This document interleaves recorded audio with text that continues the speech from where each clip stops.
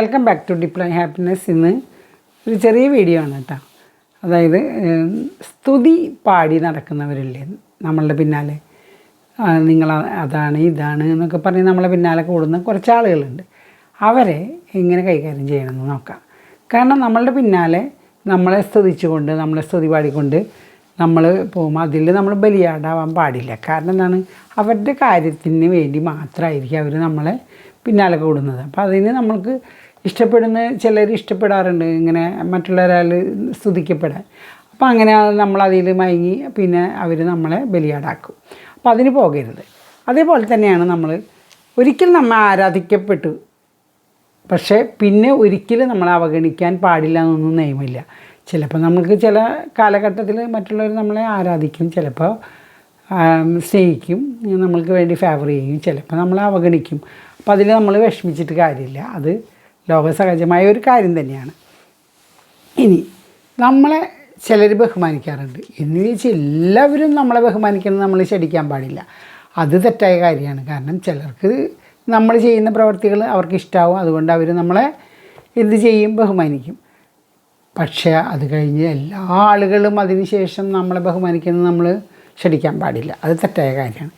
ഇനി അർഹമായ ബഹുമതികൾ നമുക്ക് കിട്ടട്ടെ, അതിൻ്റെ പിന്നാലെ പോകരുത്.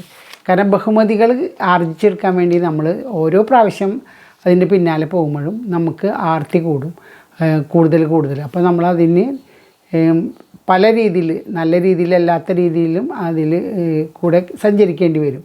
അതായത് നമ്മൾക്ക് ബഹുമതി ആർജിച്ചെടുക്കാൻ വേണ്ടിയിട്ട്. അപ്പോൾ അതിന് വേണ്ട അർഹമായ ബഹുമതികൾ നമ്മളെ തേടി വരും. അതുവരെ നമ്മൾ കാത്തിരിക്കുക. ഇനി നേട്ടങ്ങൾ ഒത്തിരി ഉണ്ടായാലും ഒരു സത്യം മറക്കരുത്, ഇതിന് പകരക്കാരനായിട്ട് വേറൊരാളുണ്ടാവും. അപ്പോൾ അവരുടെ ഒഴിവിലാണ് നമ്മൾ വർക്ക് ചെയ്യുന്നത്. അത് കഴിഞ്ഞ് നമ്മൾ പോയ വേറൊരാളായിരിക്കും. അപ്പോൾ ആ നേട്ടങ്ങൾ എന്ന് പറയുന്നത് ഒരു ടൈം ബീങ് കാര്യമാണ്. അതല്ലാണ്ട് ഒരു ആൾക്ക് ജീവിത അവസാനം വരെയും നേട്ടങ്ങൾ മാത്രമായിരിക്കില്ല.